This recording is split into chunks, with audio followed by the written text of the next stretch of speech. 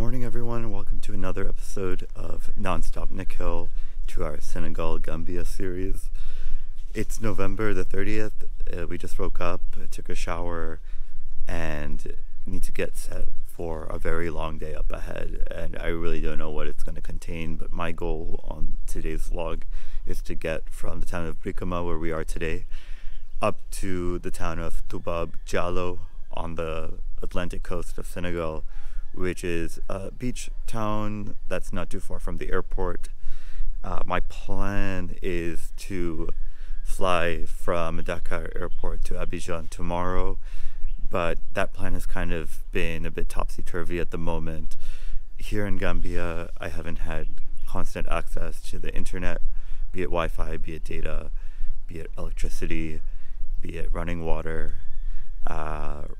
really any of the standard infrastructure luxuries which we take for granted in the US.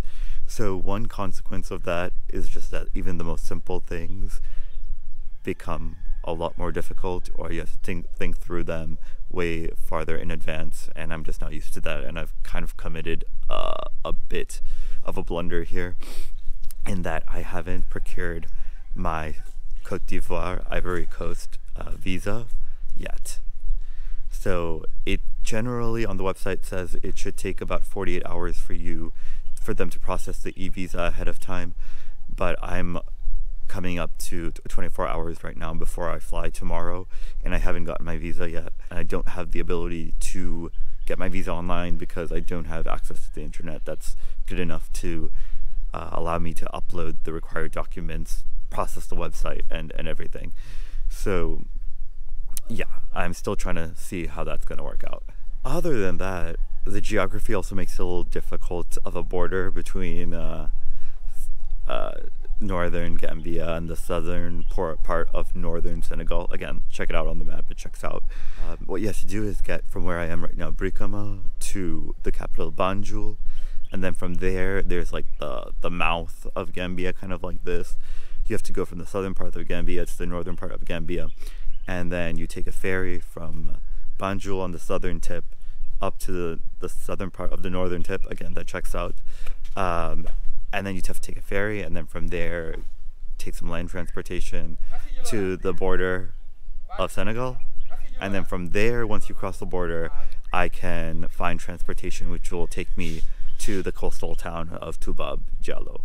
Regardless, it's going to be a very, very long day for me. I'm hoping if everything goes according to plan, that I end up with at least some daylight so I can enjoy the beach town of Toubab Diallo before heading out.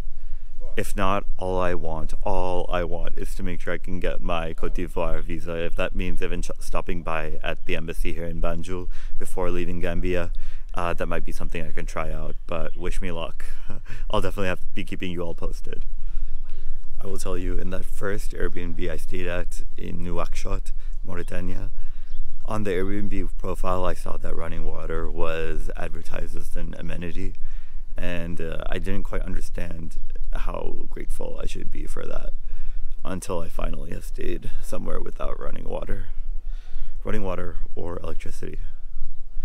And then obviously no Wi-Fi. So if anyone says that I'm high maintenance again, I revoke that right from you. So we just drove about an hour from Brikama to Banjul, and we're at the port waiting for the ferry to come back so we can take it and cross from Banjul to the place called Toubara. And then from there that means that the first leg of my journey to Toubab Diallo will be done. And so we're just having some coffee here with Bana, who is my host. That's his family and home that you were at. And then we're with our driver. What was your name again? Lamin Mane. Okay, Lamin Mane and Bana. So we're gonna say goodbye to them and leave Gambia and head back to Senegal. hopefully tonight, inshallah. Just boarded the ferry from Banjul to the other side of the city called Bara. This is the body of water behind me that divides the two halves of Gambia. So I guess that's the Gambia River. And yeah, once I finish this, that'll be leg one of my trip completed before I can make it to the Senegalese border. Hopefully today. There isn't really much else to do in the northern half of Gambia.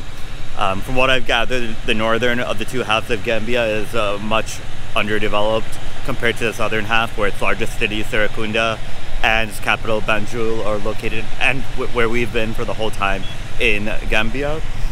And if you really think about it, all these like countries that are super, super small, I'm thinking about like Lebanon, it just seems like all the cities just bleed into one urban, suburban area, where when we were driving from Brikama, which is in the south of the country, to the tip where we are right now in Banjul, it just felt like you were in one city the whole time. Even though I guess that was a highway, it really didn't feel like a highway, it just felt like a street in like a single city. So that gave me major Lebanon vibes. But yeah. Okay, just arrived in Bara, finding the taxi station that's right by the port. You have to go through a little marketplace before you can find it, but somebody will I guarantee someone will grab you and drag you to the taxi stand screaming border or frontier or Senegal or something like that. So that just happened to me, but I met up with the taxi that would take me to the border, with sharing it with another man here, and then the driver. And I think I just bought out the entire back row, so it's not that bad. It's pretty comfortable, but even though the border isn't that far away, I paid 225 dalasi for the entire back row. You could also instead wait for the entire taxi to fill up and pay 75 dalasi per person. So 75 dalasi would be just over maybe like $1.25. But I just bought out all 3 back seats for that times 3. Because I do not want to be waiting around. Okay, so I'm speaking to you from the Senegalese side of the Gambian border, and wow, it's an adventure. I want to warn you all, if you're ever planning on crossing through Gambian immigration or Gambian customs, be prepared mentally. I don't know, just save all the patience. Like, you don't want to do anything that like really tests your patience for like maybe a day or two before you go in, because it's crazy. The moment you walk in, I mean, there's a series of rooms. There's front rooms where more public things happen, and then the further you go back into the rooms, it's like the levels of hell as you descend into the darkness. Right when you walk in, you see almost like a cage, like a room that's a cage, and it just austerely says detention center on it, and you see kind of like very haunted individuals who are clearly on drugs or something yelling, and then the authorities are yelling back at them, and I think they're trying to make that like point that, you know, don't pass through here with drugs because you're going to end up in the detention room cage, and you don't want to be in there because there are like crazy people in there. And then it's just like room after room. They mistakenly thought I was trying to like enter the country, so they put me with 2 other Americans who were trying to enter the country and apparently didn't have like the right visa of some sort or didn't pay money, and so they were caught off guard, and they were there when I arrived, and they were there when I left. And then lastly, right when I was trying to leave, I got all my stamps and everything. Like, a woman chased me down and be like, "Oh wait, you've got to come through customs too." I'm like, I'm trying to leave the country. What customs do I need to go through? And she's like, "No, we need to go check for drugs." And then she passes me off to another man who starts going through my bag in detail. But luckily, I had the name of that contact that I met, but one of Benna's friends who works for the same customs officials when I entered.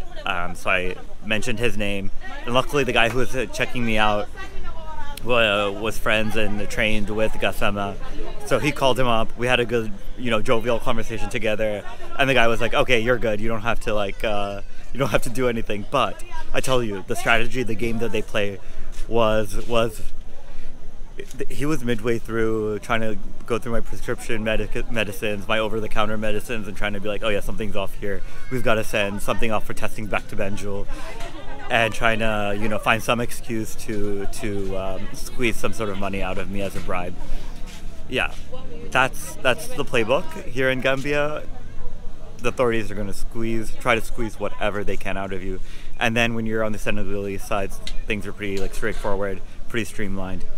You won't have any problem here. But right now I'm just having a bit of coffee waiting at the Gare Routière for our van to fill up before we head toward Dakar. And then I think we have to, since the car gets on the highway, I have to get off somewhere else and then switch to make it to my beach town of Toubab Diallo. But I actually met another US citizen. He's Gambian, has worked through all levels of Gambian government. So he's been sort of helping me out here, find transportation and the like. But he actually lives in Dakar, and he has family all over Florida and Atlanta. So we've sort of been chatting. It's been a good time. So hopefully it just gets better from here. I think I passed the worst of it, getting out of Gambia. After a little bit of the mental respite of working in English in Gambia, that's one of the plus sides of Gambia. If you don't know French or any other language, you can operate pretty well in Gambia. I'm back to French now. It just literally took like walking like a foot from Gambia to Senegal, and now I'm back in French. And I'm going to be staying in French for a little while, so you gotta get used to that. Hello everyone, so it's just past 7 p.m. right now. And I just got to my hotel room here in the town of Toubab Jalao. It's a coastal town. It's right near the airport, and I figured it would be a great stay for some R&R before I head out to my next country. Also, the airport is just so far away from Dakar that I didn't want to go all the way into the city and then the next day have to like come back out to the airport. But I'm glad I'm here. It's been a long day, almost 12 hours since I left Brikama. And I'm just happy to have a bed, a shower, running water, electricity. It's the simple things sometimes. So how did I exactly get here? Since we ended up taking the highway, I couldn't just get off in a town closer to Toubab Jalao. But the driver, for a little extra fee, got off the highway and dropped me off at a town called Sébikotane, and literally just dropped me off at like a traffic circle. And then I found a woman who was like, "Oh, what's up?" And she took me to a place where taxi drivers were gathered that were able to bring me straight to the hotel. The funny thing and the coincidental thing is that taxi drivers were actually right in front of an Indian restaurant and an Indian grocery store, and the taxi driver actually works at the Indian grocery store. So that was nice. If I weren't so pressed to just get to my accommodations, I would have probably checked out the grocery store, maybe gotten dinner there and brought you along with me. I think that would have been really interesting. Even met some of the Indian people who live here in Senegal. But for now, I'm just happy, alhamdulillah, to be here and have some of my own space for a little bit. Well, with that, I'm going to end today's vlog. I'm not even going to touch on the whole getting to the Ivory Coast situation. I'll leave that for tomorrow. But for now, I'm just going to enjoy some peace and quiet and then get something to eat because I'm hungry. With that, bye everyone.